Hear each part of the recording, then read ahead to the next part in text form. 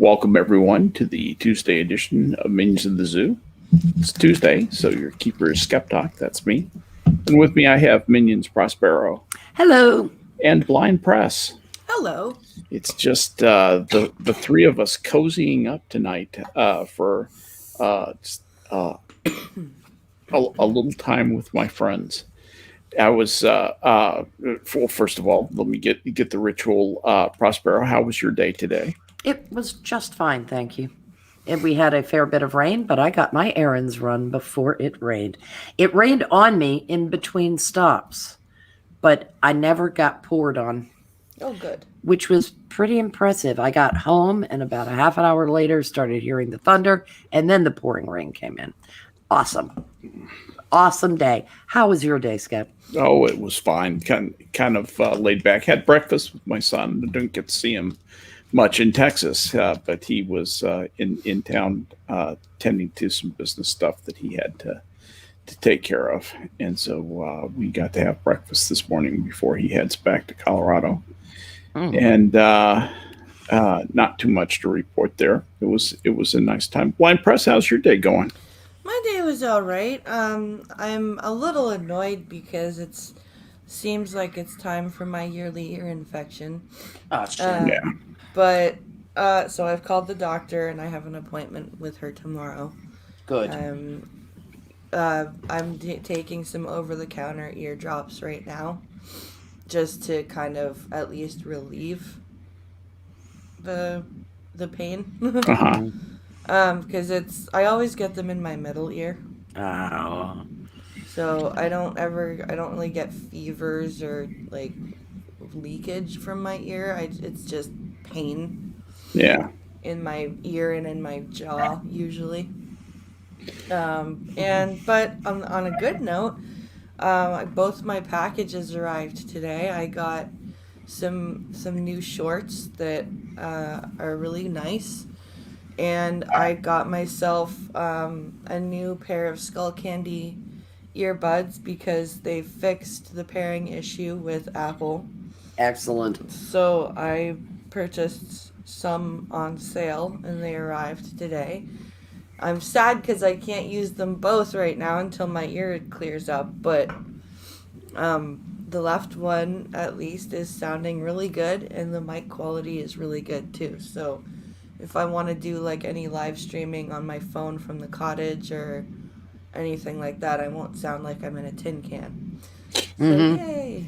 Yay you! Well, some progress comes in. It's always nice to open packages, isn't it? Yes, it is. It is nice, and they're a little tight. Like they're in a little tiny, because they're wireless. So they're in a little case with a little skull emblem on it. Oh, that's cool. It's a cute little square case. Yeah. That's really neat. Is it a charger or? So they have a cable. They're not wireless charging. Oh, okay. Got it. Yeah, I've thought about getting the ones that were wireless charging, but those ones are they were like $150, and I'm like, yikes! Yeah, no, you can deal with a wire. The other thing is, say what you want about wireless versus wired, but you have to recharge those things all the time. And you're just constantly running up against the fact that you got to put them in. You got to remember to keep them charged. That's the headphones that I had that I gave to Pink Hollow. I had to charge the case maybe twice a week, and I could use the earbuds for a good full day, like from when Pink Hollow left for work, because we talk on the phone a lot. So, and you could use them on one charge. And I could use them on one charge until he got home. That surprises me because that's different from most of them. And these ones are pretty similar. You get, I think it's 6 to 7 hours of playtime with the earbuds, and you get like 24, I think, hours of charge time before you have to recharge the case. They're a little less. The ones that Pink Hollow has were 30 hours. Yeah. Between case charges, but still 24 hours between case charges is not too bad. No, I'm surprised. It takes an hour to charge, so it's not. That's great. It's not Yeah. like you have to charge them forever before No, you can use them. if I had earphones that had those characteristics, I would have kept mine. Yeah. But I did not, and I had much shorter periods of durations of charge, and it also took much longer to charge them. Yeah. But that's technology, so I guess things have gotten better there. So that's a good thing. Nice. Hey, did you guys see this thing about H3H3 Productions and Steven Crowder? Yes. I've heard something about, like, I heard that they talked or debated, but I didn't, like, actually see it. And I saw that Ranting Monkey did a video, but I haven't watched it Oh, yet. you'll enjoy Ranting Monkey's video. It's 26 minutes of glorious monkey goodness. It is. And it has a great ending, too. Yeah, it has a good ending. Yeah, he did the right thing at the end. Yes, he did. Yeah, but that won't spoil that for anybody. But everybody should go over to Ranting Monkey's channel and go check that out. Oh, that's a good one. I think first of all, we should enlighten everybody as to what happened. Originally, it was going to be a debate between Ethan and Steven Crowder.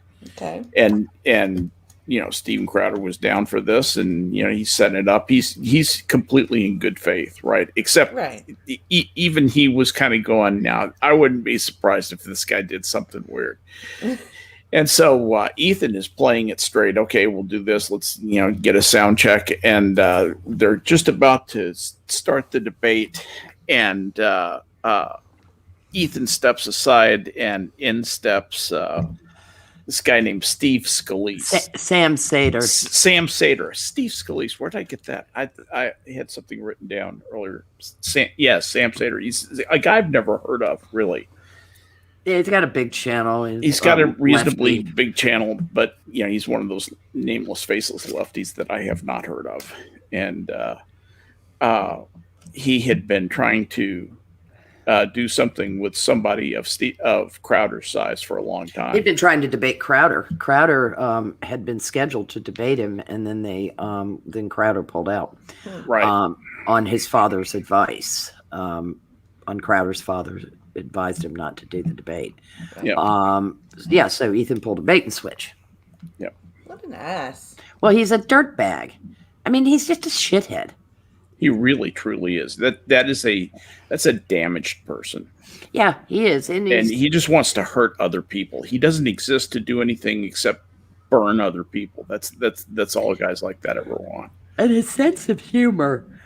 To say it's sophomoric would be to discredit sophomoric humor. Mm-hmm. Yes. I mean, it's like a weaponized 8-year-old. I mean, even 8-year-olds who just have so much more maturity than this asshole has, and are better kept. Yeah. That's the other thing is he looks like a homeless guy. And he's past the age where wearing the baseball cap backwards is an appealing look. Yeah, and the half unshaven look, especially with that beard, And especially with I don't know whether he dyed his hair blonde or he went gray or what he did. But it's bad. It's not a good look. No, it's not. It just looks grizzled and unkempt. Yeah. As I said, it's the homeless chic. He always looked like he lived in a refrigerator box a little bit, even back in the day before he was a millionaire. Yeah, ripping off people. But I don't. Kind of by the quality of his fandom, if you saw them reacting to, because yesterday the whole Crowder Ethan thing was trending on Twitter for a long time. Of course it was. And the stands for H3H3 were all over the place. And they were the typical, they're like the leftover dregs of Gamergate. If you know what I mean. That's not a bad description at all. The best joke they've ever told is "Know you." Yeah. I know you are, but what am I? No, you know, and It's uncomfortable. it's you read it and you're like, wow. I, maybe incel is the life for you. It's just There are people, they walk amongst us, and yeah. they inhabit the internet. They are thick as thieves on YouTube. Yeah. And it is really irritating. So anyway, yeah, that was interesting to see what, I had lost track of H3H3. I last cared about them maybe 3 years ago. And even that was vague. I tried watching some of the videos back in the day, and I just was like, all right, okay. There was one good point in 20 minutes of running your mouth. He's got this zombie girlfriend wife. Oh God, yeah. That was almost like hostage crisis time. It was blinked twice, honey. If you're make her hold up a newspaper to make sure all of this wasn't filmed last year. I mean, it was just kind of like I just never got it. I never got it. Out of all that loosely knit skeptic crowd, of hold which up a newspaper. Yeah, it's just proof of life, please. Oh man. Yeah. That was exactly the vibe that I got from her, was I'm being held against my will. I mean, it was, and of course she wasn't, there's nothing evil going on. He's just a fucking slob. What is it with the skeptic community and having weird ass relationships? We cannot get out of our own way. There was him and his wife.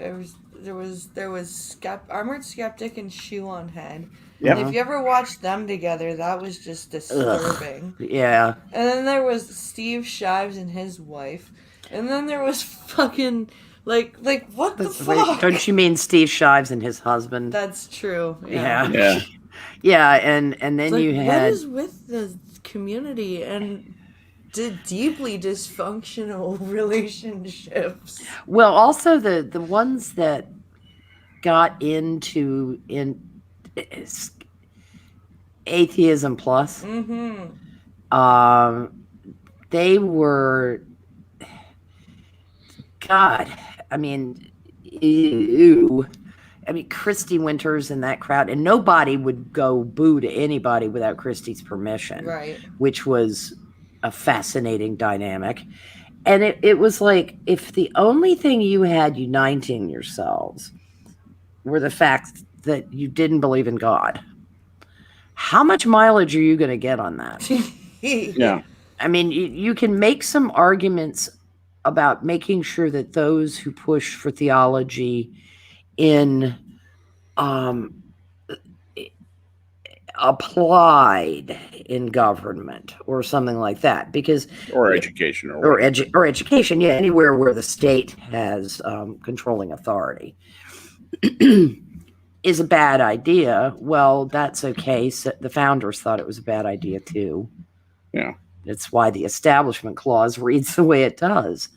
It doesn't mean religion has to be driven from the public square, which is what a lot of the militant they weren't atheists, they were anti-theists. And they got really assholey. There were certainly anti-religionists.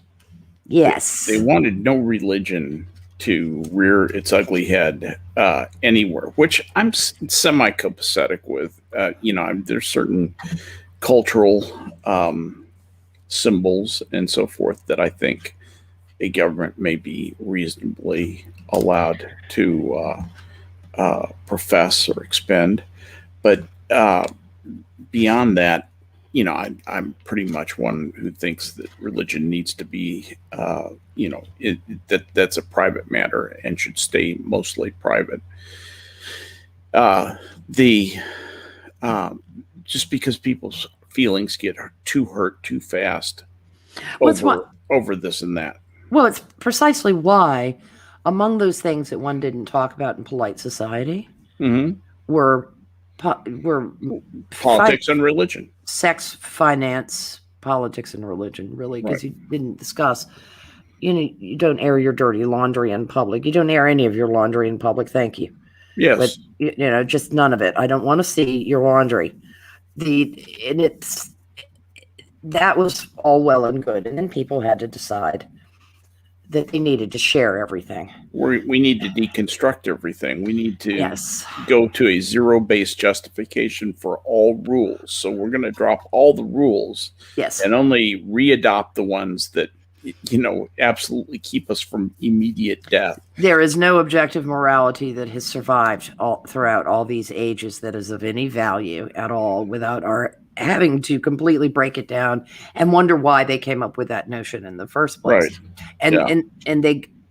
And then you began these peculiar arguments with people who support the death penalty but don't support abortion, or support abortion but don't support the death penalty. Oh my God, yes. And those kinds of things. And it's like you don't have this. Harry has said it many times. I'm stealing his thunder. The perfect can be the enemy of the good. Yeah. There are always exceptions to rules. Killing is wrong, but you are allowed butts. Somebody trying to kill you, you get to kill them first. War. There are justifications for so violating that commandment. Actually, all those commandments are a little fungible as far as they've been applied in a civil society. But it's like we allow people to technically steal in cases of emergencies. When baby formula, like you have a terrible hurricane, they allow people to survive, and they kind of survive through theft without going. There's a difference between looting a Foot Locker and getting a loaf of bread and baby formula. Yes. There's an enormous difference. And in a lot of those cases, people are tucking money under the cash registers, if they have any. They're not just, or they try to go back and say, this is the stuff I took because we didn't have it and there was nowhere to get it. But that's merciful. That's almost gleaning in that circumstance. But so, we allow for certain exceptions, but you can't just walk up to someone and kill them. Yeah, we kind of know that's objectively wrong. Yeah, it's a non-starter. Non-starter. And you just can't walk up to people and take their things. Those are all laws that were at one point codified in Judaism. Now they were concurrent in other places. They don't simply come, from the Ten Commandments. But if somebody has a monument to the Ten Commandments up in a town square, I don't see the point in losing your mind over it.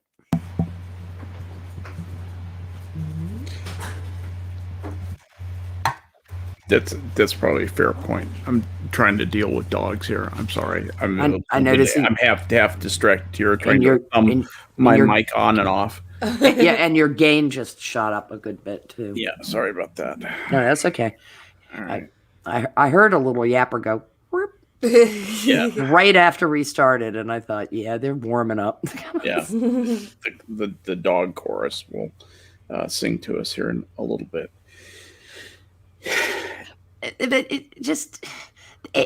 Back to, I wandered down a garden path of bullshit, but that crowd, the skeptic crowd, really, some of them were full of people who can put a thought together. Yeah.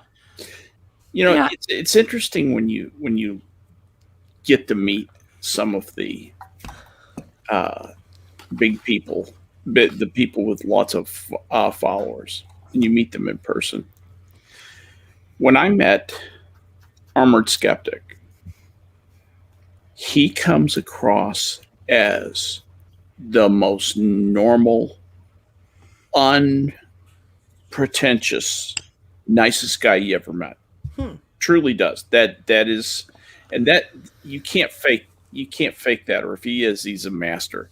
Weird. But yeah, Because when I watched him with dealing with Shoe on Head, like when they did their live streams together, oh no, I just wanted to reach across the screen and smack him and be like, dude, she's a grown-ass woman. No. Why are you talking to her like that? Yeah, Well, his videos projected arrogance. That's the interesting thing was meeting him next to Shoe on Head, which is, that was the situation that I got to meet them. And she comes across as very far removed from Mr. and Mrs. America. She's on kind of a celebrity trip. Much more than he was. Much more than he was. Now, it was when I met them. So, but just in talking with them, Skeptic addressed me directly. He was giving me shit about my name. He said, Skep I think you might owe me some more royalties for sharing the name. Yeah, Skep Torque. So we're talking about sharing now. But anyway, whereas talking with Shu, it's like she talks about general things and doesn't really talk to you. You're aware that she has pretty high social anxiety. Oh yeah. Yeah, that is meeting people. I think is horrible for her. Which, well, yeah, she's evidently she's got a pretty good screen up around her, a psychic screen, effectively. That she says nice things to you without really, speaking. Looking at you, yeah. Exactly. No, there's no real connection there. Whereas with Skeptic, there's a real human-to-human connection. You might like him, you might not like him, but he's, he was real, and did not get that from June. They're very opposite people because she likes what she does, and she likes the attention at a remove, but doesn't crave attention in person. Oh, she's an introvert. Are you kidding me? She's an introvert on Myers-Briggs. Oh my God. And he strikes me as someone that if you INFP is probably what she is, actually. If you were going to characterize him, I think he seeks attention, and it's yeah, he's not really an extrovert either. But for reassurance, yeah, not for I want to command this room. Not that he wants to connect with everybody, because he doesn't really care to. Yeah.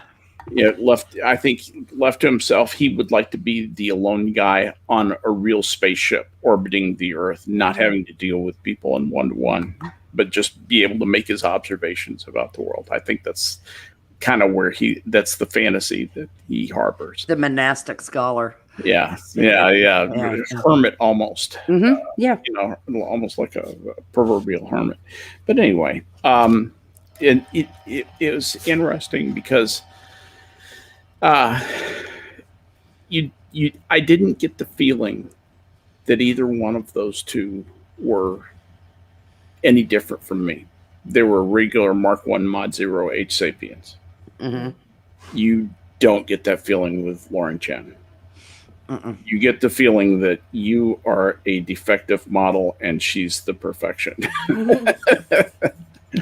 And it's nothing she does. It's just that she's so nice and so sweet and graceful. You just kind of go, I'm totally blown away. Yeah, it's those people that if they weren't so nice, you'd hate, and you're actually you would hate them for being so nice. Yes. Yeah, why do you have to be so perfect, you shithead?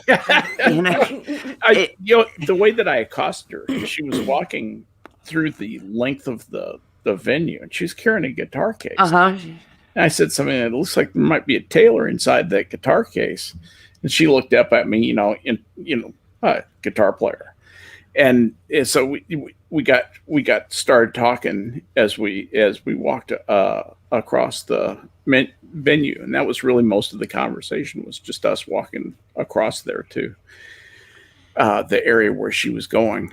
She was probably heading to, because I know she played a couple nights. Because I know she played when Rucka did his live performance of "I'm the Motherfucking Sargon." His great song. I can't hear the original without those lyrics replacing it. Now, you met Sargon. Yes, too. I did. I actually got to talk with him more than the rest of them combined, with the exception of Miss Cabbage's father. Is he an extrovert? Oh, he is definitely an extrovert, and he almost can't believe how much of an extrovert he is. Okay, so the reluctant extrovert, the person who is just that, I really like talking to people. That's me. That I'm the reluctant extrovert because I love talking to people, but I also like It makes you crazy. really, really like when I get too much attention, I just go, what the fuck's going on? Noise, people making mouth sounds, stop. No, Sargon loves people, and he really will. He was tired by the time I walked up to him, and I said, "Hey, Harry's here." Oh, good. And he has been. Did not hear the blink. That boop has. Sorry, Harry. Hey, Didn't no hear problem. the boop. That Can you boop hear has- me? Yes, we can. Yes, I can. Good. That boop has been very like non or inconsistent. I didn't hear it at all. Lately. I so sorry about that. It's because Harry, I'm in stealth mode. how was your day today, Harry? I didn't get to ask you. Well, it's been okay. Had to drive back to Silicon Valley. I did it on 2 wheels, which is always fun. Oh. Yeah, always fun. Hoping Now, that's a is motorbike and not a. I was gonna car. say, is this because you drove a motorcycle, or is this because your car was lopsided and you were driving really fast in hopes that physics would keep you on your wheels? It's because I was driving my motorcycle. Actually, Oh, I usually good. I usually use the motorcycle for commuting, but the car has been broken, and I'm going to fix it tomorrow. But so I've been on the motorcycle, which is kind of fun until it gets down to about 2 lanes, and it's really hard to stay away from the trucks. Because I'm a big fraidy cat. I've never actually. Let's see. I've probably ridden about 100,000 miles, and I started late in life riding a motorcycle, and I have never so much as dropped them. I've tried, but I've never crashed. I've never dropped one. I'm super, super careful. You know, that doesn't mean that I won't do something stupid at some point. And then I'll have to own that, because that's the way that works. But it was a great drive back, actually. I really can't complain. People are being a little less insane. I'm just happy to be back where things are interesting and happening. And I get here and I go to hook all this audio equipment up. And, you know, the new Mac laptops only have 4 USB ports. And Dude, I only have 2. Yeah, I've only got Okay. the 2. so I And got they're the- I got USC ports. So between power, USB earbuds, an extender, and a funny thing to use my super old 30-inch Mac monitor, I was 1 port short trying to go, oh, crap. Oh dear. But it's all working now, so I'm happy to be here. I'm sorry I was late. Did you just come down 101? Yeah, I took 101 the whole way up. It was fun. It's fun. Yeah. It was actually it was pretty nice, except for the horrible drought, because California is in a drought. The hills really were awfully beautiful. It was one of those pretty magical days where the golden hour lasts about 3 hours. Yeah. Really can't complain. I mean, this is all we've got going for us in California is natural beauty. That is one of the prettiest that's what we areas talk about. to drive through. That is one of the prettiest areas to drive through. I love that. What is it? Route 17 going to Monterey. Oh, can I tell you a story about Route 17? Sure. Okay, so We're before talking about a road that you can take going from San Francisco to Monterey. Drink, everybody, Well, because no. we are talking about maps indirectly. Route 17 goes from Santa Cruz to Silicon Valley. Right. And Route 17 goes up and over the hills, and it used to be this fantastic road. They all of the turns were sort of equal radius, meaning you just kind of set your angle and you could go through, and they were banked as if. Oh, I love that. I yes, absolutely. That was the most fun road. I took that on on a Honda 900. Was absolutely awesome on Route 17. One of the most fun roads to drive in the U.S., I'm sure. There's some amazing roads in Europe, but this is a fantastic. And then Loma Prieta came along, and the earth moved several feet. And they rebuilt Highway 17, and they fucked it. I mean, no, don't tell me this. All of these turns that just suddenly, like halfway through the turn, it's like, okay, you better turn your wheel again. You can't just go through with one radius. That sucks. And they actually banked it so that as you're going around turns, it feels like you're going to slide off into the woods. Oh, beautiful. They banked stuff in reverse. Nothing like They ruined it. No, well, that's called crowning. They do it for drainage. That's the reason that they do that. What was one of the most fun roads in Central California to drive. Had great banks on it. Absolutely. It's miserable now. Oh, I hate that. Darn it. A well-banked road. I mean, there's nothing like just the ability to know where the apex is in all your curves because it's been well banked.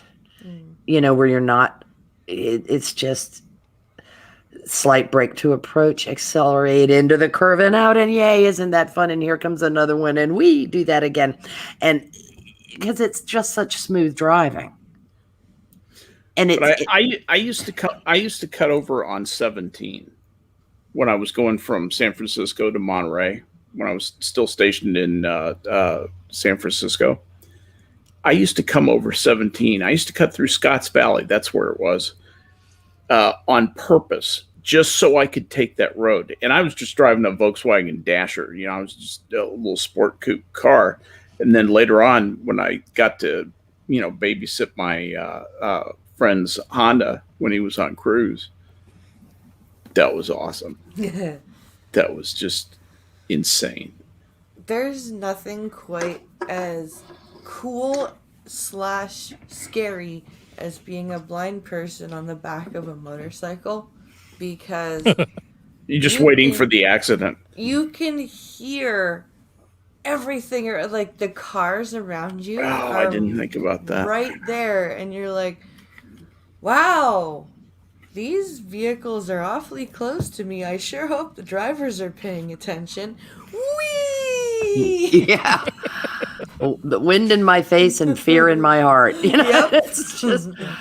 Yeah, I have never been on a motorcycle ever. Well, the first time I was ever on a motorcycle was my dad had this thing. It was called a bull taco, and this was a big fat tired bike. It was down on the beach, and I burned my leg on the exhaust pipe, so I guess I got indoctrinated. But when you're a little kid riding with your dad, no helmet, no safety gear, just on the beach, the back of a motorcycle like that is a pretty fun day.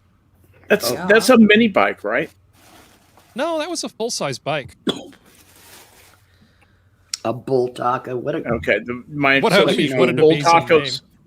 Name. Yeah, my sense of a bull taco. I thought that was a mini bike maker. I'm probably thinking. Well, I was very mini at the time, so maybe my memory of it is screwed up. But sorry, go ahead. Harry. No, go ahead. My mom and my uncle and everybody in my, well, not everybody in my family, but like friends of family friends, they all had different motorcycles. My mom had a Virago, and she used to pick me up from school. That's appropriate. In the 3rd grade. I know. I was just thinking that myself. She used to pick me up from school in the 3rd grade to take me to different places. And she would pull out, like, she had gear for me. and she would like pull up at the school, and like she would pull out my leather jacket, and I actually had a pair of Doc Martens. And like everyone was like, "Your mom is so cool."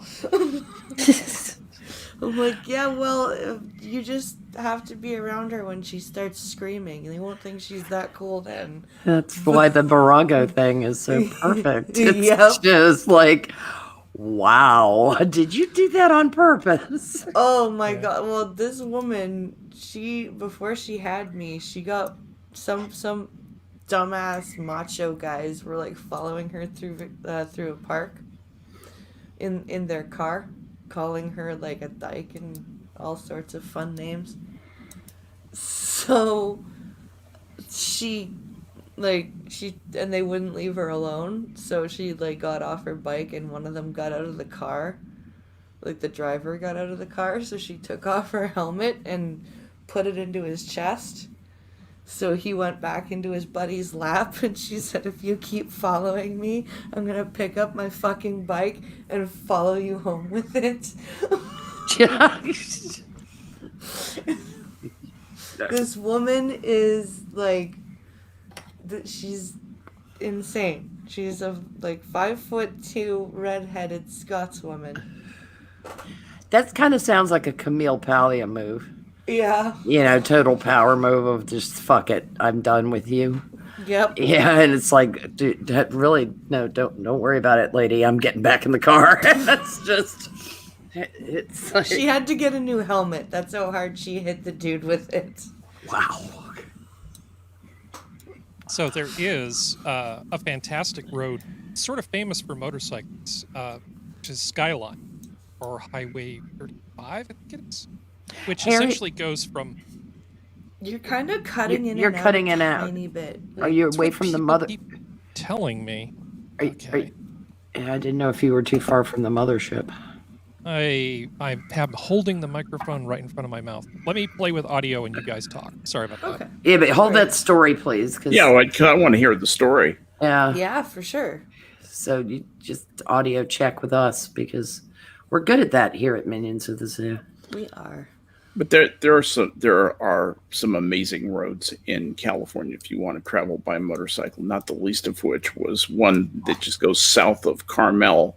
You start with Carmel by the sea and just take Pacific Coast Highway down Highway 1 until you get to Big Sur, and it is just so it's beautiful. It's every single turn is like a postcard, a picture postcard. And if you go on a sunny day with the sun coming off the Pacific, particularly in the afternoon, it is just absolutely spectacular. Some of the most spectacular scenery I've ever seen. Some just beautiful, restful days, just wonderful days. And shooting down that road on a Honda was pretty spectacular for a young lieutenant in Jimmy Carter's Navy. I particularly enjoy the roads with lots of hills. Yeah. When I was a kid, I used to call them roller coaster roads. Oh, yeah. There was a twisty, windy, hilly road in the town I grew up in. We used to call them wiggledy waggledy roads. Oh, that's awesome. I like that. Wiggledy waggledy. Yeah, a little Is that bit any better? Oh, yes, much better. Okay. You sound like Morgan Freeman.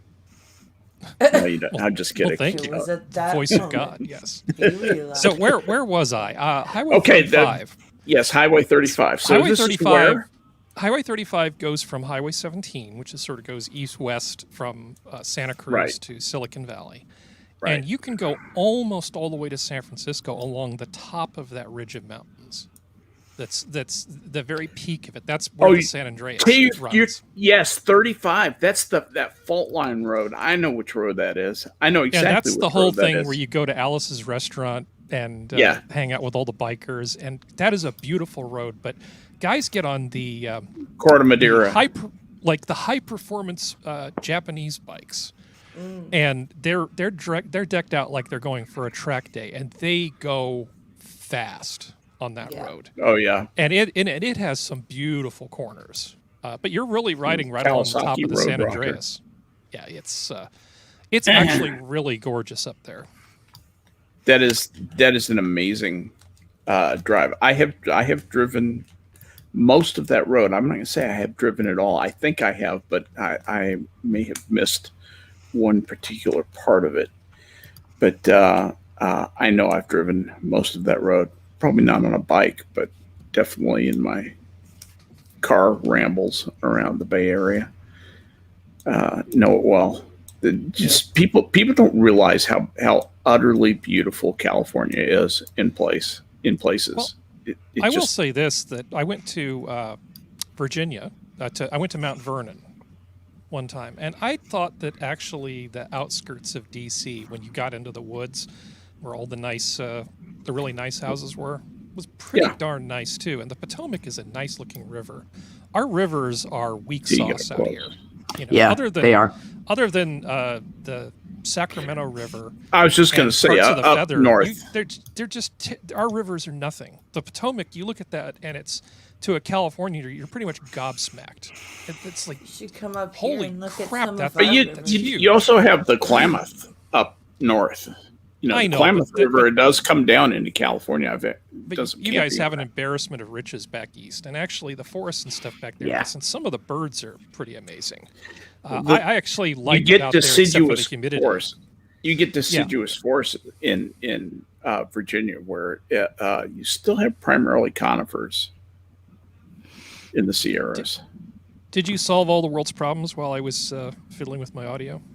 Yes, we did. Yes, we Oh, good. did. No, What- nothing is wrong. We did leave for your digestion as why does H3H3 continue to exist and have 1 million followers?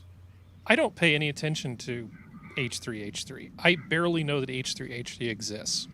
Yeah, same. I really don't care all that much. I wouldn't even know who Mr. Beast was if it wasn't for the whole PewDiePie thing. I'm exactly the same. I did not know who Mr. Beast was until the PewDiePie thing came up. Yep. I'm totally out of tune with a lot of internet culture. You know, I think I know a lot about what is going on the like YouTubes. And then I realize, no. The people I follow are all just in this perverse little sphere over here. Yeah. Because all these people that are so fucking famous on YouTube, I'm like, well, who the hell's that? Yeah. You know, like Dream. What? But if the Dream stands get going on Twitter, you're going to get trends in Twitter that you're like, what the fuck are they even talking about? That is how completely untuned in and old fogey-ish I am. It's just tragic. And I'm perfectly content with it. Speaking of rivers, I forgot to tell you guys in any regard, not that I have personally spoken with you, but Sunday we went out to where our house is going to be built. Because they put the curbing in, so where the driveways are can be seen, and there's a big hole in the ground, you know, that will be the lower level. And we were standing out there, you know, looking around, wanting to see, you know, because now the shape of the neighborhood is taking form because all the lots are either completely smoothed out and ready for slab pour, or the basement lots are dug. And we were standing there, and I had been particularly interested in the house next door to us, whether they were flipping the floor plan or whether their porch, which is going to be on the side, would be facing ours. They already have electrical and utilities in. There were a lot of pipes that if you look down in them, there were capped wires in there with a moisture barrier over top of it. All the sewer and water stuff is ready for 2-house hookup. But have the utilities gotten the electricity to the border of the land where you are, or is that not that rural? Oh, no, it's not that rural. Okay, all right. So it's not like you're having to extend the electric grid or anything like that. No, that's already. I mean, with each neighborhood that's open, they've had to lay down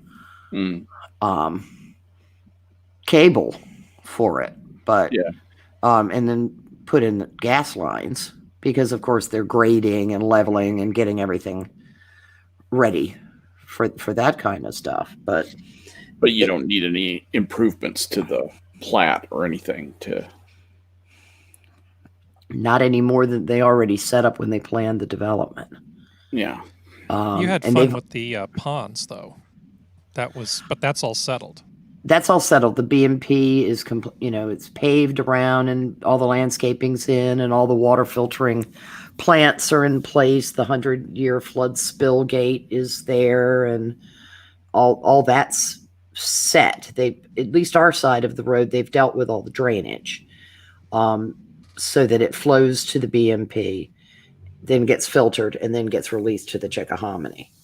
Because we're part of the Chesapeake Bay watershed, so you have to, for DEQ, like any construction, I mean, there's silt fences that face the pond everywhere for where the Forgets that the construction primary purpose of Virginia is to drain.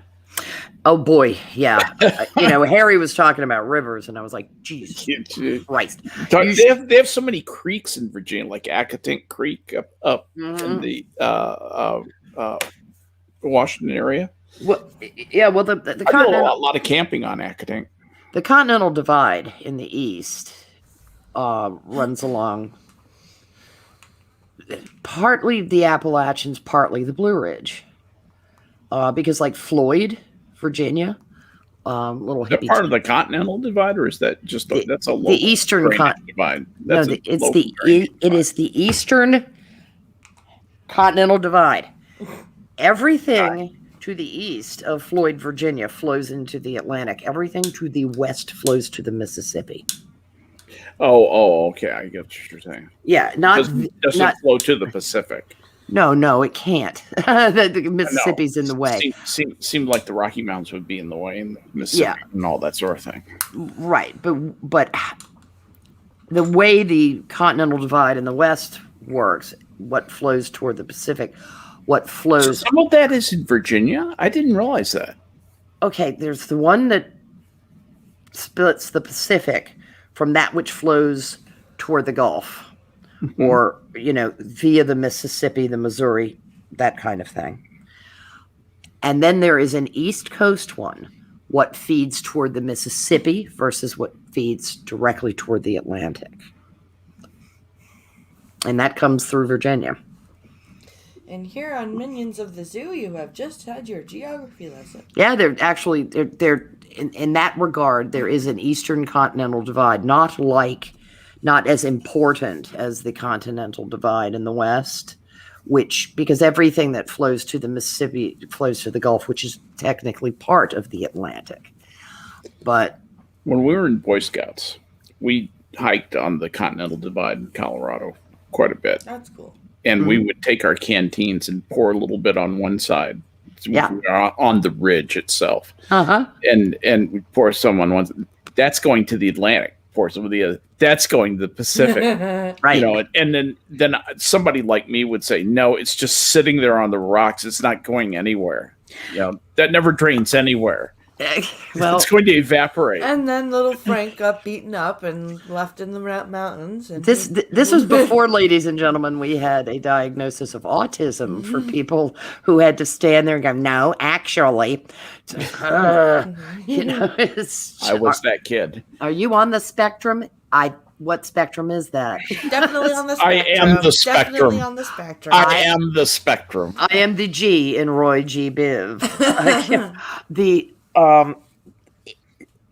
All of it flows to the Atlantic on the east, but some of it has to go to the Mississippi before it gets there. Mm-hmm.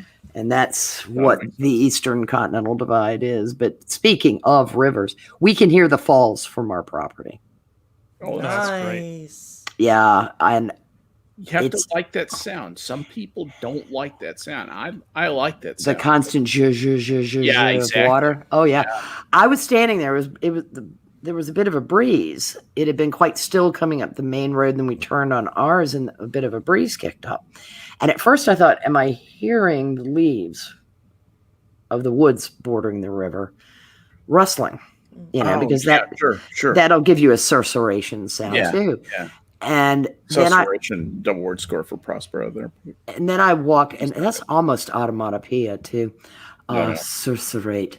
The T, the 8 part of it ruins it, but sursur. No, I'm going to give you onomatopoeia credit for that, because it just has to be a positive as far as I'm concerned. The fact that there are other parts of it that are less satisfying, it's not important.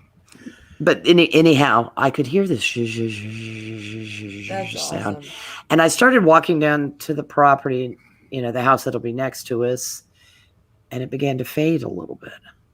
And I was like, oh, fuck yes. It's like the sound is coming up. There is a bit of a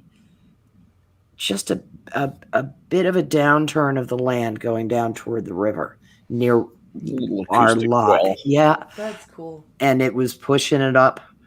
And I thought, oh, God, screen porch in the back, sitting out there at night listening to that sound. Oh, yeah. Happy fucking me. Because the sound of water makes me very happy. And to have it constantly will make me perfectly content. It doesn't bother me. There's some annoying water sounds, like spillways and ponds that when it's too loud, that shish sound when it's too loud is really annoying. And the classic is the mall splashing fountain. Yes, that's obnoxious. Yeah, it's obnoxious. It's too fucking loud. just like It smells spillways. like pool cleaner. Yeah. Oh yeah. That's a great point.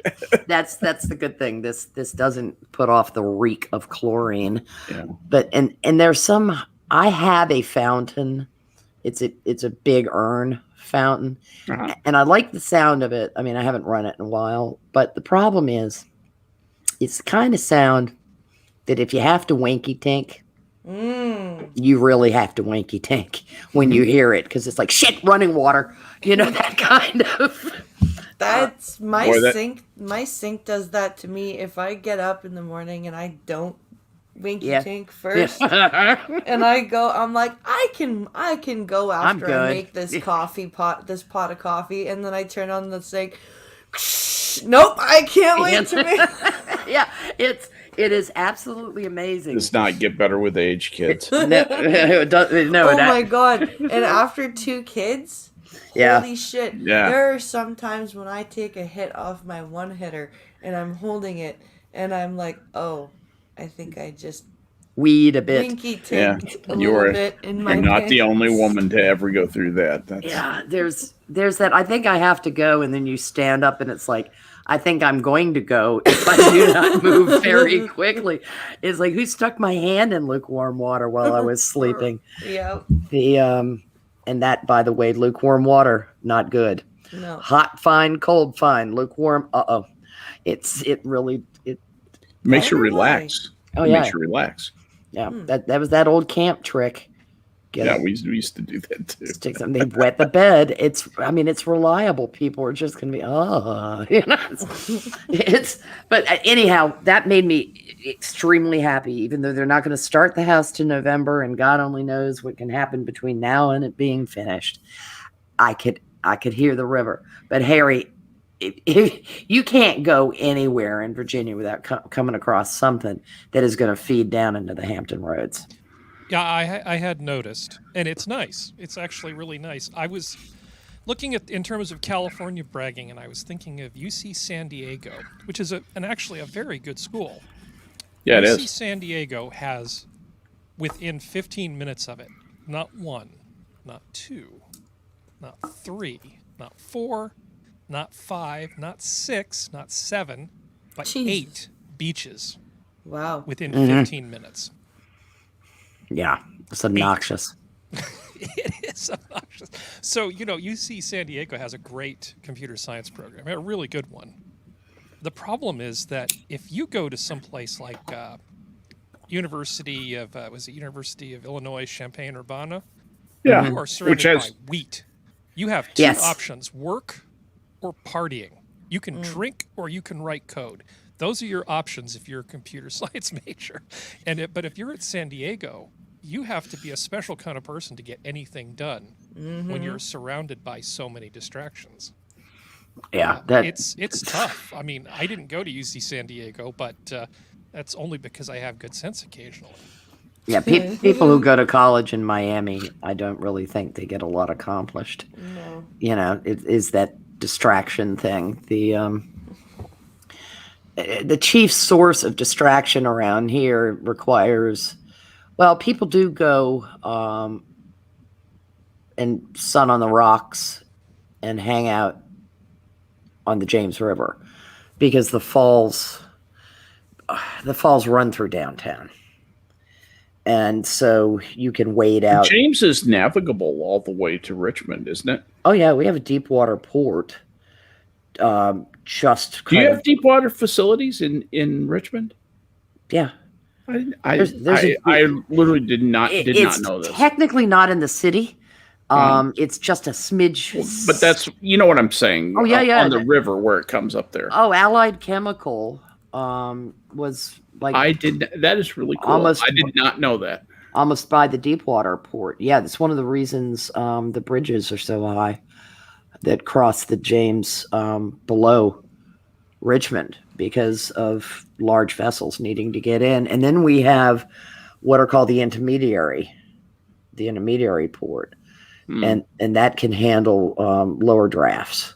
And that comes right into town to an area called Rockets Landing. That's basically where the Godspeed put in when Smith and his party got out to Portage because they could see the falls.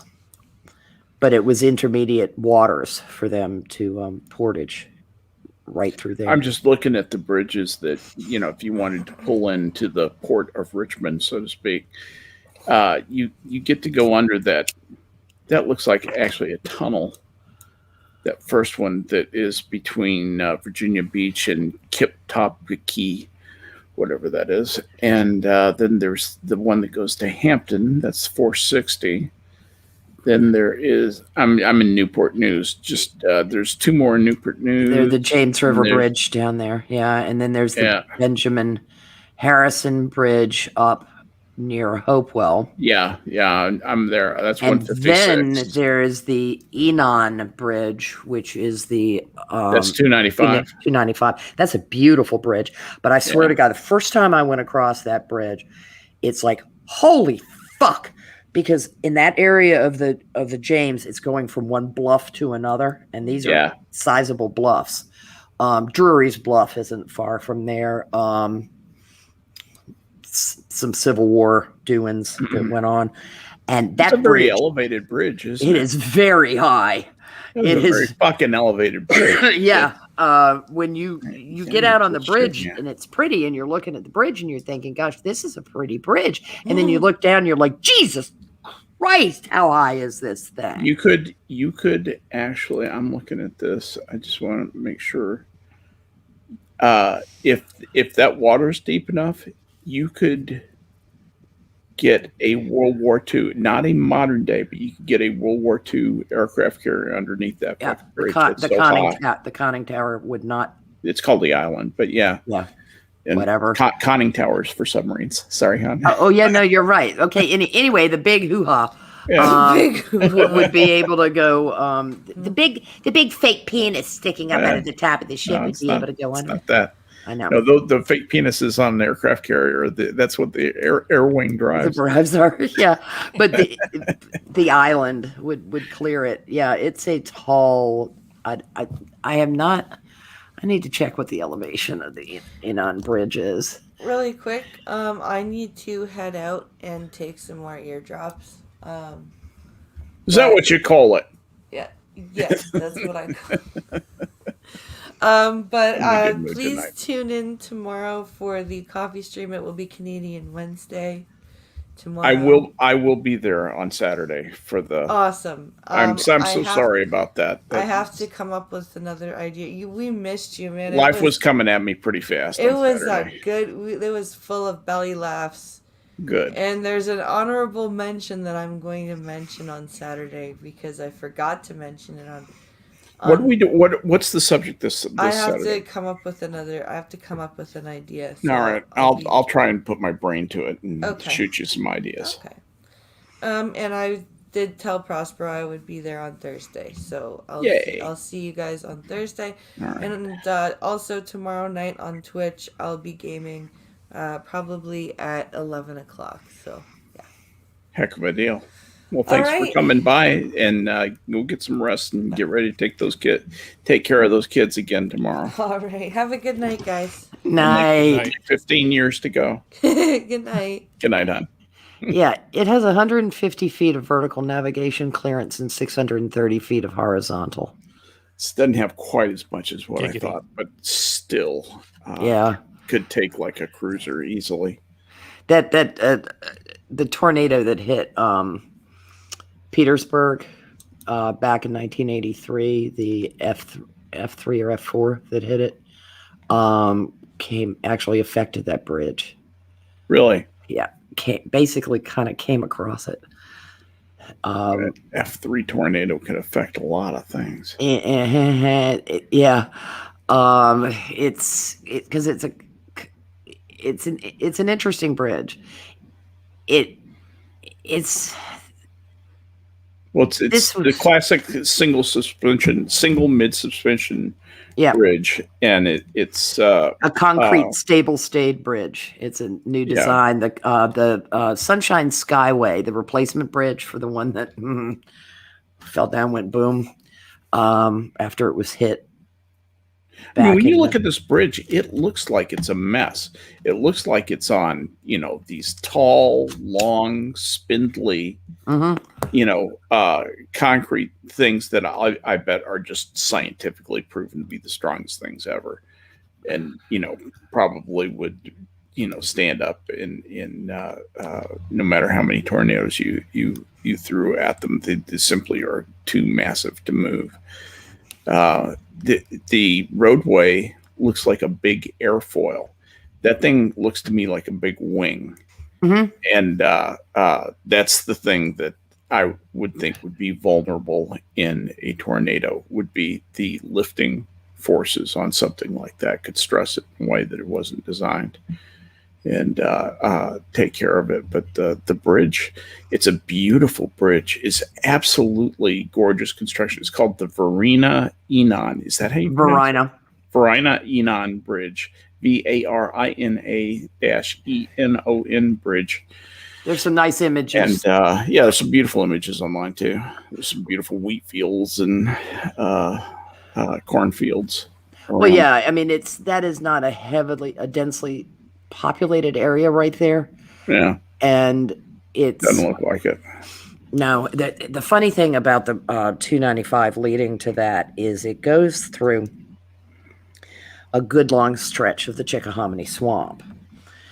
And when they laid that stretch of the road with travel wear, it began to be a dip, dip, dip, bouncy, bouncy, bouncy, bouncy, bouncy road because of settling.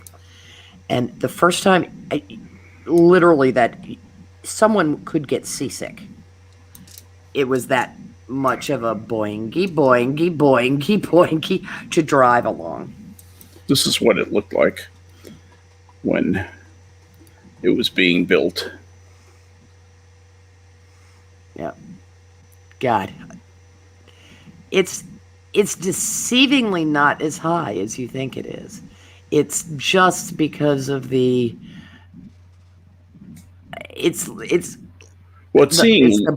tall trees.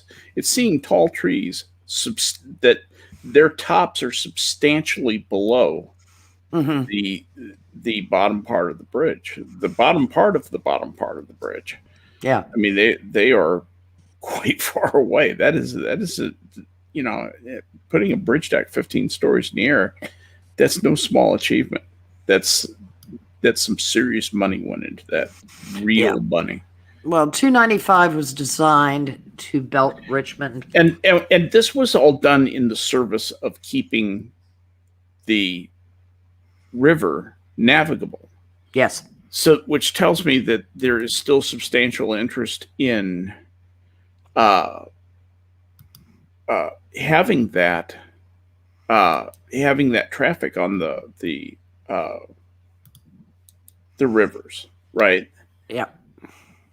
There's another bridge further north, which is the Pocahontas Parkway.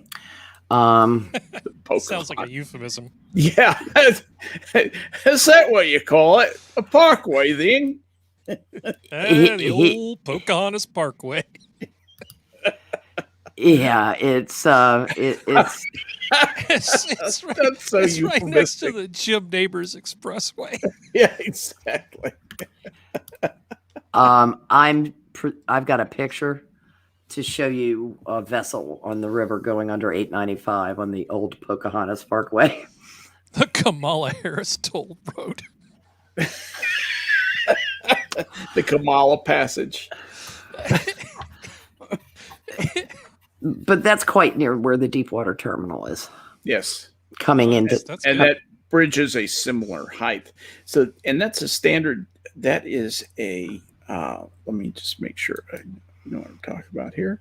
That is what they call a standard small container Mhm. mover. And it has a pretty, pretty serious height on its on the vessel, even when it's unloaded. Which that's when it's unloaded, it rides out of the water, and that thing is clearing the base of that bridge by 80 feet, probably 100 feet, maybe. So that is.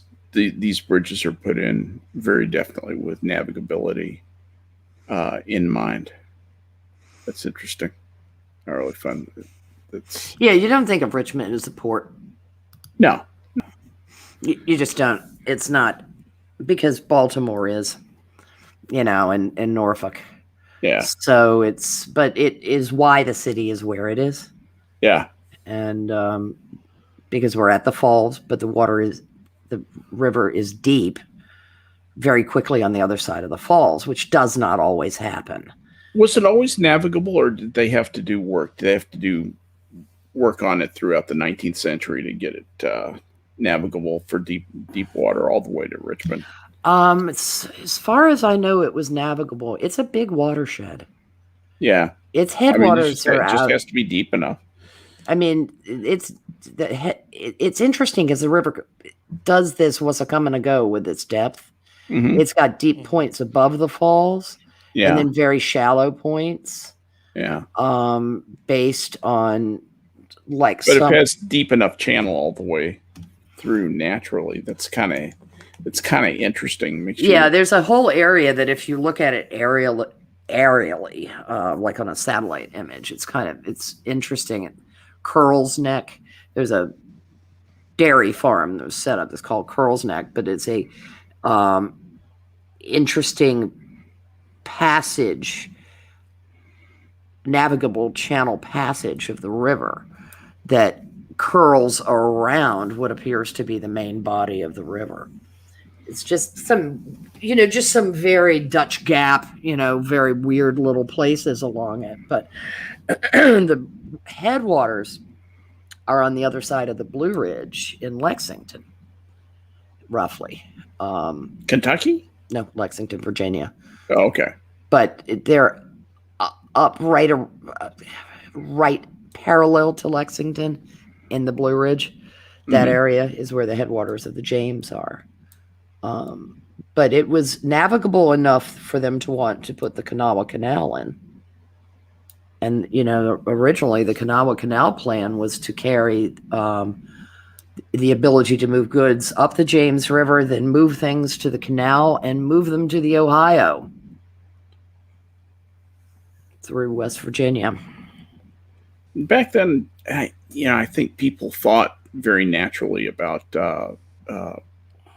having navigable rivers. They were the Mississippi is a model as much as anything for how you can use a body of water to inexpensively ship goods deep into the interior. Well, the plans for the canal really predate the exploration of the Mississippi. They might, because you can see that this was colonial period and coming into early U.S. existence that where we didn't own anything abutting the Mississippi River. Is Lexington where Washington? In Europe, if you look at the great trading cities, not only did they have access from the coast, because obviously you need that to be a great trading city, but they had great rivers that were near them. All three of them that were when Charlemagne handed out a third of his empire to each of his useless sons, each of them got a river, and essentially what would be a trading city in the future. I remember that. I told him he was making a big mistake. Yeah, I know. Well, you have to be. I mean, rivers as a means of moving things around, for the longest time, that was the only means we had for moving anything of any size around. Roads were a fairly modern invention, 2,000 years or so. And then, railroads are obviously newer yet. But yeah, in terms of fuel efficiency, it's still better to move something by water than anything else. The next most efficient thing is train. And long-haul trucks are a distant third. Oh, they're still doing it because it was in the 1990s that the present canal for the Rhine-Main-Danube was finished. Yeah. To basically take you from the Black Sea to Amsterdam. Yeah, but there's a lot of civilization only grew up along coasts and rivers. For the very longest time, there weren't a lot of humans with any kind of development very far inland. A city like Petra is very much the exception, not the rule. Yeah. And you have to be pretty motivated to carve buildings out of the side of freaking stone. No kidding. And catch all of your water with cisterns. That's called the fear of God. Yeah. You have to have a damn good reason to build a city where Petra is. And it is. It's where the caravan routes met. Familiar with a river in France called Larance? Larance River is this big, thick-ass river that comes out of Saint-Malo and Dinard. It's up on it's just off of Brittany, and like between Mont Saint Michel and Normandy, basically halfway between there. If you look down into France, you'll see this honking long thing that looks like a big long lake, and that's Larance. L-A space R-A-N-C-E. And that is a fabled water area way place where, pirates and traders and everybody else put in, but it was very famously a very wide waterway that you can go way inland, way into France. I mean, substantially into France. You get almost down to, I don't want to overstate it, but you can get almost down to Forget, taking tributaries off of that and just going from lake to lake. There's a lot of navigable river in France. People don't realize that. Oh yeah, then a ton of it. Well, what's interesting about Laurence is that one of the first tidal power project. They're still using tidal power for generation. Oh yeah. Power generation. About that. The James is a tidal river, less so than some, but because it opens into the Hampton Roads, there is tidal effect up the river and a certain degree of salinity. I'm sure it's brackish way up the river, and then that begins to diminish. And north on the west of the falls, it's an entirely different ball game. Yeah, but and also just the source of fish that rivers gave people. It was food, it was water, it was transportation, moving It was- heavy objects like logs. A lot of fur animals that come down to take advantage of the fish in the river. Oh, we'll trap some of these, and we've got blankets. Yeah. But some rivers are dicks. They have Yes. things in them like those urethra fish. Yeah, the urethra Run fish, and- those suck. I mean, if I was born in South America, I would have a very different opinion about rivers. Instead of being these peaceful, wonderful things like, oh, Yes. look at all the possibilities. It's like, nope, Happy, That's friendly where the- thing. it's where the penis fish are. Just Right. don't go near the river.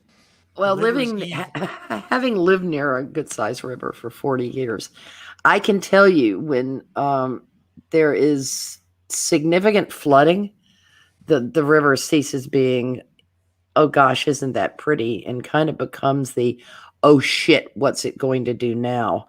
I was It's sitting the day on, the river kills us. yeah, there was, we had a pretty good-sized flood in the 80s here in Richmond. It wasn't Camille or Agnes level, which were terrible Mhm. because upriver rain can flood the fuck out of Richmond. It doesn't, I mean, it'll rain a lot here as a result of something like that, but the vast quantities of rain falling along the entire watershed of the river are what does the city in. They put in finally a wall with gates that they can shut off to keep the areas of downtown from flooding. It was a huge project to put in the river wall because there was so much trouble with flooding in Richmond. Yeah. And it has made a difference because down below the city, we deepen out to a deep water terminal. So it's not like by our putting up the flood walls, it was going to flood Hopewell. You know, there's enough depth there for them not to get done in because Hopewell is at the confluence of the Appomattox and the James. And that would have been bad news if the water weren't so deep. I was sitting on a bridge while the water was that high, and you could feel the bridge moving from the water flow. Sitting in traffic, everybody's doing the fucking looky-loo, and I'm sitting out on the span of the bridge, and I'm like, right, the water's high. Could you please keep moving? I can feel this bridge moving. It's not a very comforting sensation. No. Even though it's built to withstand it, it still is the Jesus Christ. I have a question about a city you mentioned in Virginia earlier, Lexington. Yes. Is that where? That's not where Washington and Lee is. Yes, that's is where it? VMI and Washington and Lee are. Oh, I knew VMI was there. I didn't realize Washington and Lee was there. Mm-hmm. Huh. Okay. Washington College. That became Washington and Lee after the war. After the war, yeah. Huh. Okay. Yeah, they're actually Two pretty good schools in a little old town. Yeah, very close to each other because it's not a very big town. Yeah, it really is like a 2-stoplight town. It's like Frankfort, Kentucky, the capital of Kentucky. Yeah, the capital of Kentucky is about 6 square blocks. Yeah. Well, my recollection, I'm sure it's a lot bigger now, but I know back in the late 60s and early 70s, Montpelier, Vermont wasn't very big. No, it's not. You know, it's Burlington's the big city for Vermont. Montpelier is, well, it can't keep it so big because it's kind of ringed. Right. It's in a fold. Yeah, my dad's comment was, yeah, you ought to fly into the damn airport here sometime. He had done that. He had taken a commuter flight from Boston to Montpelier instead of driving up there. Uh-huh. And he was like, Jesus. Boy, did he learn a lesson. He was like, God, that's just awful landing here. You know, it's just, Montpelier is, let's see, where's pretty, way place. up north in the state, isn't it? It's a good bit. It's not it's not one of these Canadian snow Mexican cities. Not as not as bad. I shouldn't say that. No, but it's a very, very pretty place. Very, very pretty place, but it is Montpelier's farther north than Concord is in New Hampshire Yeah. by a good bit. Concord's a lot closer to Boston, Concord's a worthless town. as is Augusta. Worthless fucking town. Concord is the quintessential United States of Generica. There's absolutely nothing original in that town. Nothing. New Hampshire's kind of the United States of Generica. It is. It's like the derivative state. It is. Well, Welcome to the derivative state. Of course, Northern New England glows in the dark anyway. Yeah. You know, they might talk about diversity, but you're not going to find much. Not really. Because who the fuck A lot of wants to live friendly up there? cousins. Who the fuck wants to live up there anyway? Sorry, Gunsky, but you know, That's the truth. it's just New Hampshire's a beautiful state, absolutely beautiful. New England's lovely. It's gorgeous. It's an expensive place to live, and it's wall to wall now because there's so many people living in the greater Boston area, including people who are living in southern New Hampshire who are commuting. Yeah. They've moved to New Hampshire because of the tax differences. But Jesus, you know, it's Weren't they smart? I did the Google Maps thing the other day. Take a drink and did took a little ride at street level. Just doing the arrow down the road from my high school to the turn into my neighborhood in the town I grew up in. And the number of cars on the road when Google did that drive was what you would expect, but it was both lanes. You would have expected that if everybody was going downtown for the 4th of July parade. Yeah. I've never seen so much fucking traffic. It is an entirely different ball game because they have built a big shopping center on the southern periphery of the town, and people from towns on the coast to the south are using Hingham as a way to get there because it is the most direct route, which means there's way more traffic than there used to be because they all want to go to Whole Foods, and that's the Whole Foods in the area. Now, this is Hingham, Massachusetts. Yes. Okay, so this is around Boston and South of Boston on the coast. South Boston on the coast. Yeah. Which South Shore is what the area is called. right. So is that down around Quincy and Braintree and Hingham, or is it Hingham? It's okay. It goes this way: south of Boston, Quincy, Braintree, Weymouth, Hingham. Hingham, yeah, Hingham, right? Mm-hmm. Okay, I found it. Yeah, Give us an H. It's named after Hingham, England. Imagine my shock. Yep.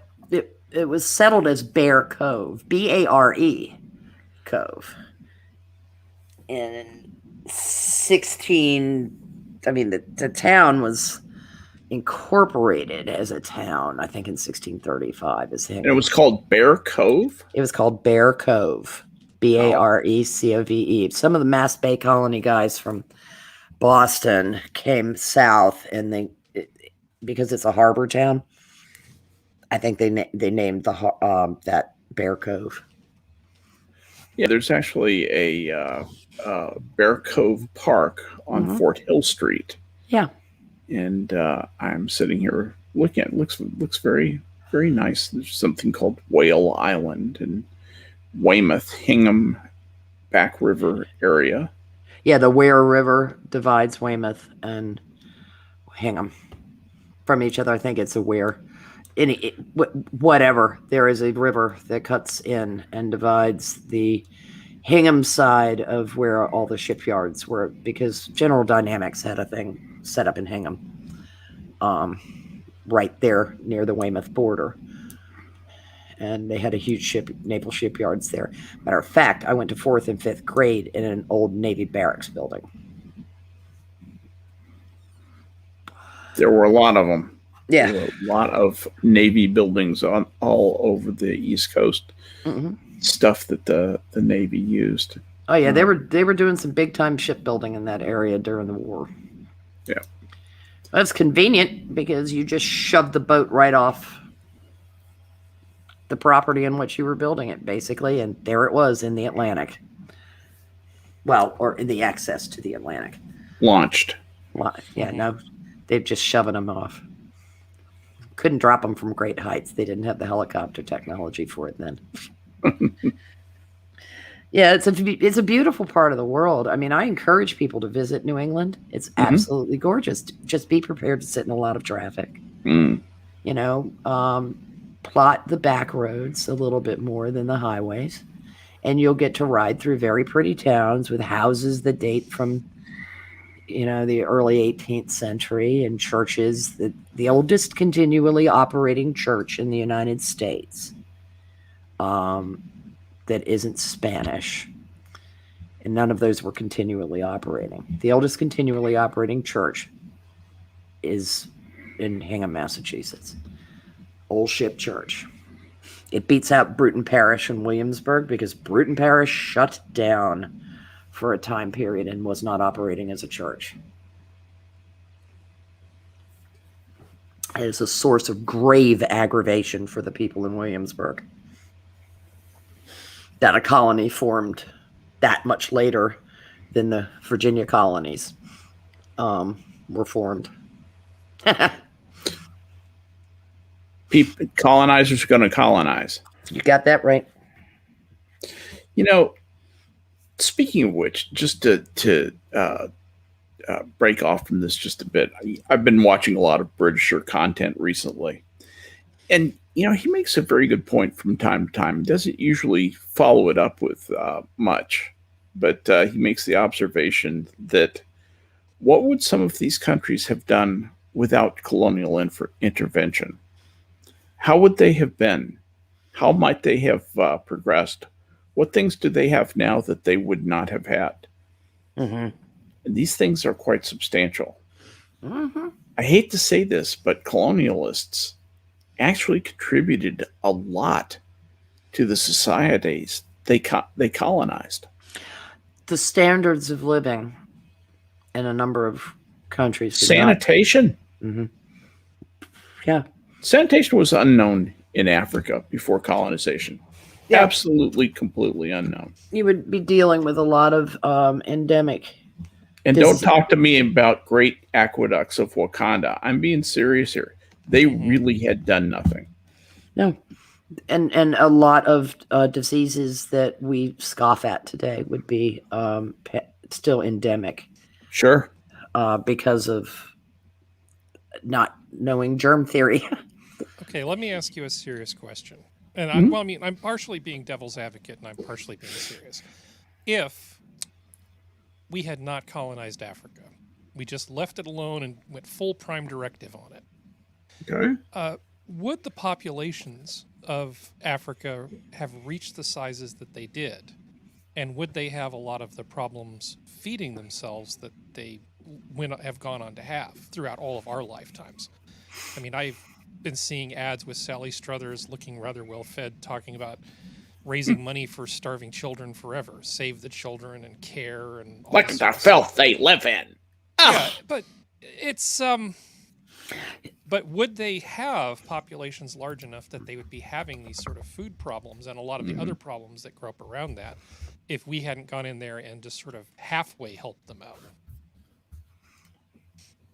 And here's the deal on that, because without us, they don't have the problems that they have currently trying to feed themselves. They will have other problems trying to feed themselves, which probably will come down to the fact that they will starve themselves down to subsistence, to where the remaining population is what can subsist on what they can beg, borrow, and steal to eat, which was essentially what the colonists found when they entered into Africa. Those people had not changed in thousands of years, and left to themselves, you would have to show me what animating event would cause them to deviate from their traditions. So there were enough Zulus to cause more than a little bit of problems for the British. What kind of population were we looking at in Africa before colonization? We really don't know. I mean, there are a lot of people who will say that they know, but in point of fact, we really don't know. I actually talked to a guy who was a political science professor at a Tanzanian university. He was one of my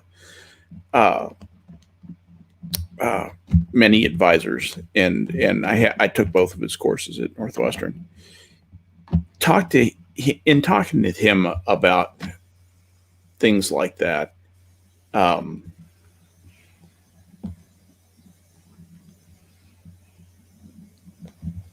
he made it clear that it was hard to say how many people were even living in Africa before they had contact with the West. There was just no reliable census data at all. I remember him being very frustrated about that. Yeah, not known for their record keeping either. No. In fact, the it's not the Yoruba, but it's a tongue that reminds me of the Yoruba tongue. They had words for just a few numbers. They had no word for zero. They just used the word no or the negative. And they had a word for one. They had a word for two. They had a word for three. And they had a word for more than three. Those were their numbers. That covered math for them. Mm-hmm. All that was required. Yeah. And that was pretty typical of the way that those people expressed themselves. You know, that because life was really about going out, raiding other clans, trying to get a hold of their livestock, take their livestock away from them, taking some women away from them, and realizing that the other guys were going to do the same to you. It's like being on a football club 24/7. Only the rules of the game is you get to go and kidnap and rape the other team's girlfriends. I mean, like a bunch of meerkats, except instead of urinating on the other hill, you take all the good-looking women and steal all. You're not too far away from that. That's just about right, Harry. There is a group of. Oh, sorry, Prospero, you go, and then I have another thing. Well, what I was going to say is it's hard to say because it existed in a vacuum prior to the age of exploration. Yes. And then it didn't. And had we not gone to the age of exploration, population pressures in Europe would have resulted in some kind of catastrophic reduction in the population. And we'd have gone back to not being all that particularly different than, severely reduced numbers of people in different tribes. I don't think Western civilization would have necessarily reverted to tribalism, but it would have depended on what kind of plague or what kind of event, famine that kills 40 million people. Stalin was able to carry out in the 20th century. So what the hell? Someone was going to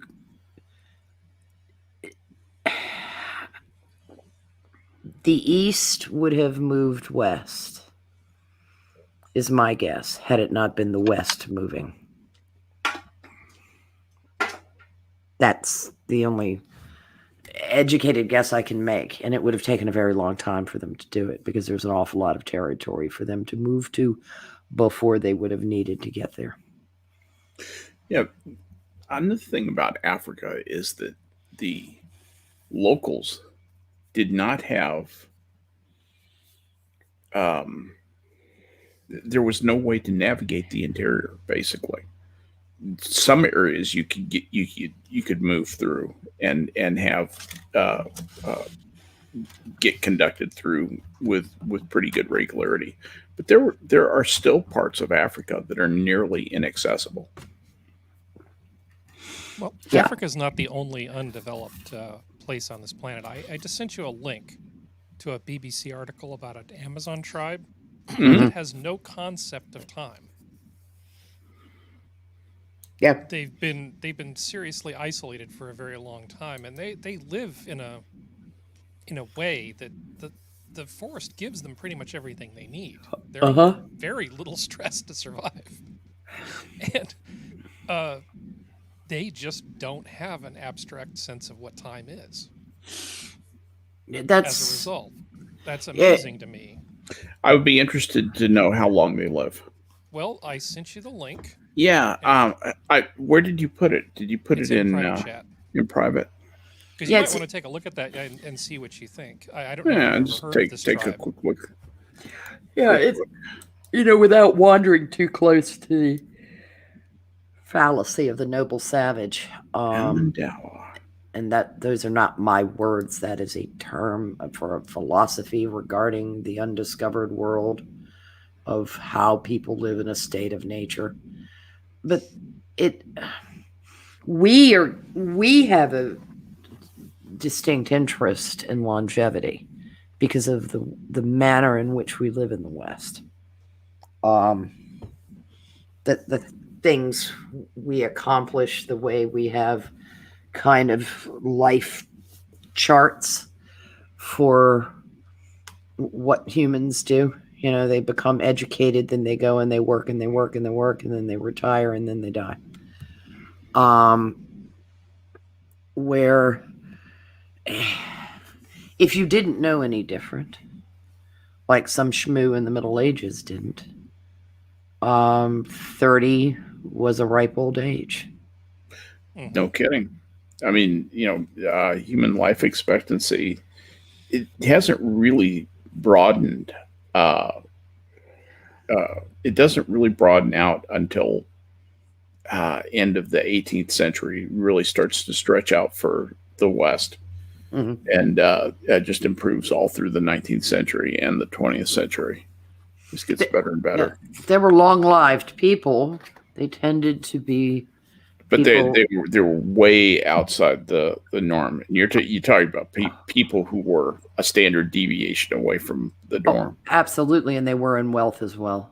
Yeah, it tended to be the much better off in Europe. Let's work with class structure. The upper classes were the ones who would see, generally speaking, the very, very long-lived people. There were successful villages, of course, farming areas that flourished where people never went without. I'm reading about this tribe that Harry was talking about, the Amendawa. It says, scientists talking about them says, what we don't find is a notion of time as being independent of the events which are occurring. They don't have a notion of time, which is something the events occur in. So they don't have a word for time or for time periods like month or year. And I find that very interesting because of the nature of time. Yeah. Itself. Time is an accounting fiction that we make up so that we can categorize events in terms of changes in the state of objects in our lives that we can observe. And we say, okay, the state of this thing is that it changes to this, subsequent to that or preceding that, this other state change happened. And then we measure a number of state change events between those things. We call those things minutes. And the aggregate of those minutes is something called time. But it doesn't really exist. It is a statement of a sequential bunch of things occurring. And I measuring things. like the way, I kind of like the way this tribe has kind of thrown that whole away.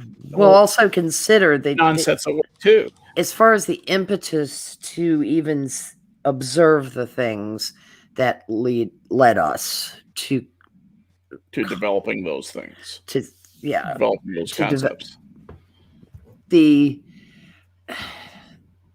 They're damn near equatorial. which means seasonal changes are not particularly noticeable. Relevant. They're Yep. not relevant. They Yeah. don't have 4 distinct seasons. They don't have There two. is no no. growing season. There's just season. No, There's the there's- season, right? Exactly. there's a certain stasis about their environment because of them being equatorial.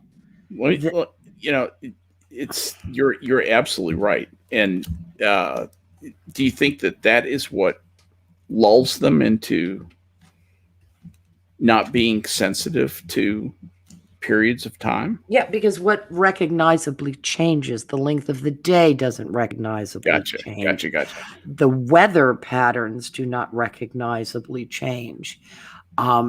Things that very much do away from the equator. And it doesn't take getting but so far from the equator before they become noticeable. And Be interesting to know if, like, some of the temples around, I'm thinking of the area around Singapore. Singapore's about 2 degrees off the equator. Places in Cambodia and Thailand around there that a little bit north of there, I wonder if they experienced the same phenomenon, or if those places were far enough north where there was enough seasonal variation where they didn't. or was it imposed upon them by the Chinese to some extent because of the impact of China and That's a good point. That's a really good point. general region, because the Particularly Chinese Thailand. Yeah. the Chinese are far enough removed from the equator Yeah. to you can't help but observe the seasonal difference. Things will not grow at UG time. Well, that's the other thing, is Cambodians such an agrarian group. You almost think that they would have to have some way of measuring periodicity of and as Harry said, if the forest provides the Amendawa with their needs and they are not agrarian per se, then I don't know what is the native food sources in the area, but the melons are always there, the papaya are always there, the coconuts are always there, the whatevers are always there, because there is, unless a vast storm comes, and that would just simply be an event that happens sometime. I mean, I'm even using a word that has time in it, but it's a happenstance. It's not something that is periodic enough to be recognized. It's a consistent, they're rainforest people. It is a consistent climate. You don't have a monsoon season. No. Like you do in Southeast Asia, where you have a monsoon season. Yeah. Which would Of be course, that you have to get off the equator a little bit. Yes. To get into the monsoons, like the monsoons in the Philippines, which is far enough away from the equator, where and you have the typhoons are fucking fearsome. And you have the typhoons, and you have things that are cyclical. Yeah. And so a society can't help but notice these cyclical things. And make names for the passage, intervening term. The intervals between those things. And that's and of course in the northern latitudes of Europe, those seasonal changes are vast, and your survival depends on your recognizing those seasons. And so you're making a very interesting argument. While the sun shines. You're making a very interesting argument about people who live on or near the equator, and I think I agree with it in spades. And that is that the people who live at or near the equator don't have to deal with a lot of stressors and stress realities that are felt by people who live farther away, who are beset by time-related threats. Yeah, if you do not get... I've got a couple things I want to throw out there. Please. I think it goes even deeper than what you guys are talking about. I mean, it's absolutely true about the weather. And if you go full on gun, germs, and steel, you get into conversations about the dispositions of people have to be taken into account if you're going to be spending 4, 5, 6 months in a longhouse trying to survive and not freeze to death. You have to actually get along with people. But Yes. in my mind, the Amendawa are somewhat unique because it's not just that the forest provides everything. There's no sense of now versus later. There's no sense of I need to save this for later. So why should later as a concept even exist? There's just an easy equilibrium between them and the forest. The forest wants to grow and cover everything. And it's only through exertion of effort that you can carve out a little piece of it. Right? Right. So the forest is trying to push in, they push out, but they're not motivated to push very hard. Life is pretty easy. You wake up at 3 a.m. It's dark out. You can see by the light of the stars. Maybe have sex. Maybe go hunting.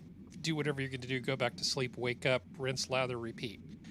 There's even different reproductive pressures because you don't have to. The female doesn't have to find a male who's a good provider because everything they need is there. So lots and lots and lots of things which we completely take for granted just don't even apply to these people. Well, there's Edenic to a certain extent. It's in that sense, discovering a tribe like that, where the food falls at your feet, basically. The amount of effort required to Walk exert. outside. Yeah, walk outside, pick melon, eat it. Right. Walk outside, dig tuber, eat it. Because doesn't really stress innovation, does it? No, there's no reason. And because there is no prior conditioning for it, you don't end up with the normal failures that we see when people try to establish utopias. You don't get a mouse utopia because there's no preconditioning. There was no prior conditioning whatsoever. I'm just curious about, what are the things, the things that stress us to innovate, the things that say, hey, I've got to do something about that. I need an innovative survival solution. Well, primarily. It comes to mind. Yeah, it comes to mind that there is a difference between the Mali and Norway. Very much so. In terms of the stressors that are going to hit you. In Mali, keep enough water in you, and there's plenty of food. If you don't die of thirst in Mali, you're good. You're going to eat. In Norway, you pretty much have to do everything yourself to keep yourself alive before you even get to the eating part. It also explains, a developing culture in an area that went on raids to take things. Yes. Because the group of individuals gets too large to be able to make all the things that you need, so you need to go take them from someone else. That's right. And you also need to bring in breeding stock because there was a certain degree of isolation. It's perfectly good British guys sitting over there on that island. Yeah. And easy to reach. Easy to reach. Women are easy. But the Vikings had to go questing very early. They had to push out for exploration very early because why?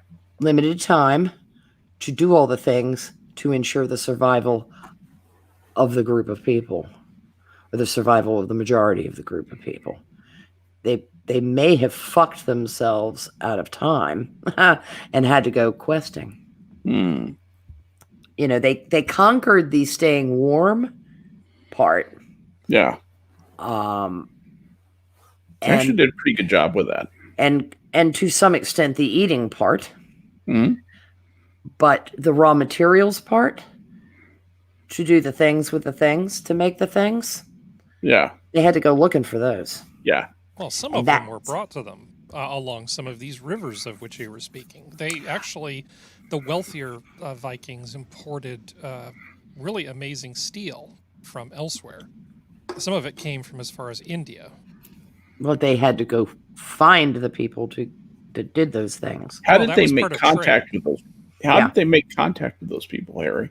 They sent him a fax because it was old times. Yeah, with the olden times. Just send him a fax. Yeah, I sent you a purchase order. Get right on that. Well, that's what I meant though by they went adventuring because of the lack of material present in their own environment. Well, right. War is a traditionally war was a labor-saving device. Yeah, but When we it's were taught easier to take something from somebody else than it is to make more of it yourself. You have wars. And Right. that's what it was like for thousands and thousands of years with human beings. And it was no different than with the Vikings.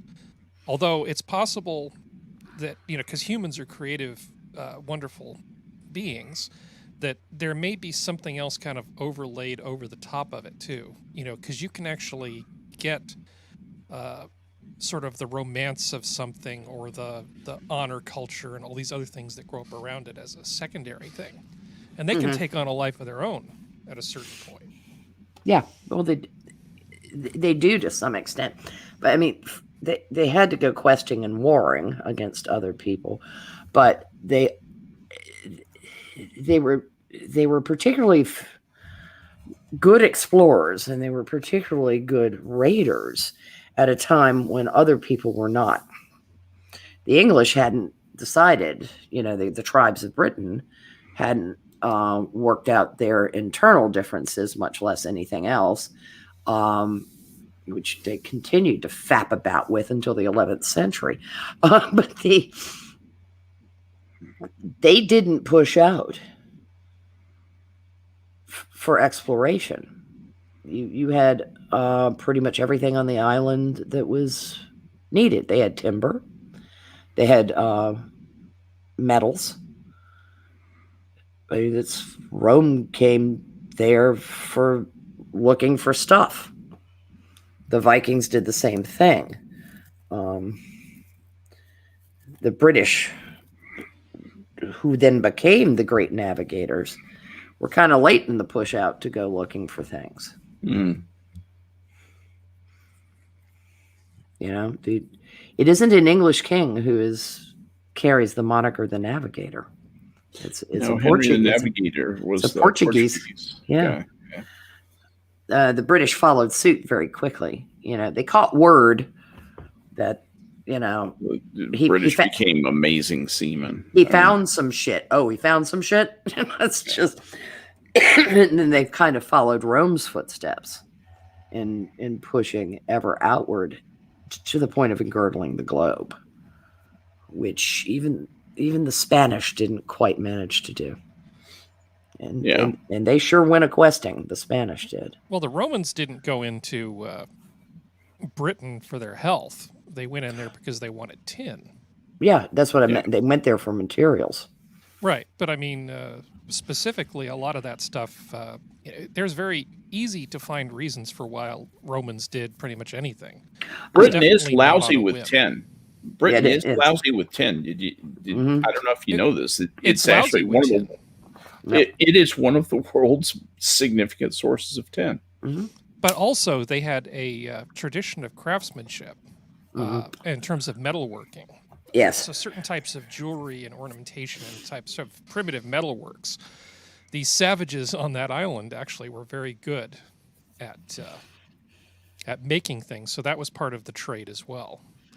But the Romans more than handsomely repaid the the people of Britain for what they took from them by giving them things like plumbing and law and money and things like that. Mm-hmm. I was thinking about those people in the Amazon and thinking about some of these Native American money lending things that they have where you turn on the commercials and they say it's like 1,000% interest per month for this loan. I think we need to take those people in the Amazon and protect them from from those American native reservation money lender types.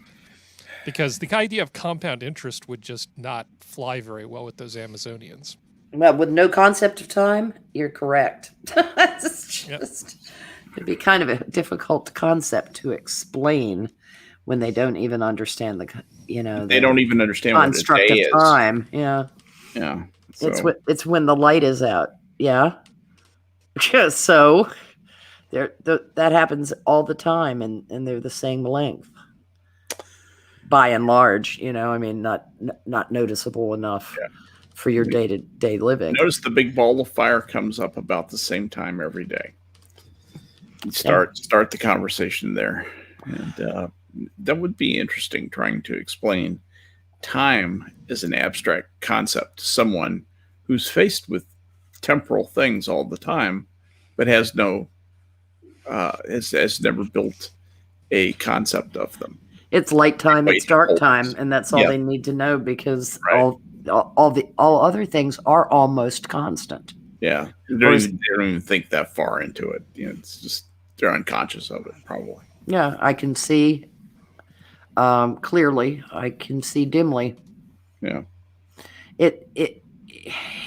It's interesting not being able to crawl into the psyche of the Phoenicians or the yes, but exactly. just to imagine trying imagine to it. explain to a Democrat the idea that you have to have money in order to spend it. Oh, well, it's like government food programs for schools. Yeah.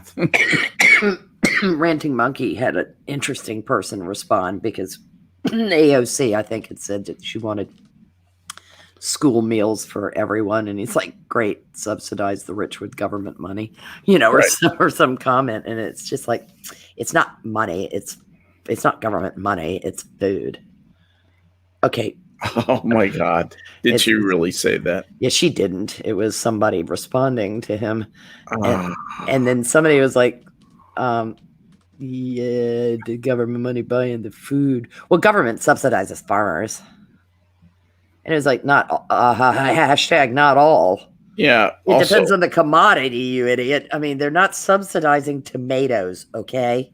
That's the good God. The mind reels. Yeah, I mean, I'm here with your cauliflower subsidy.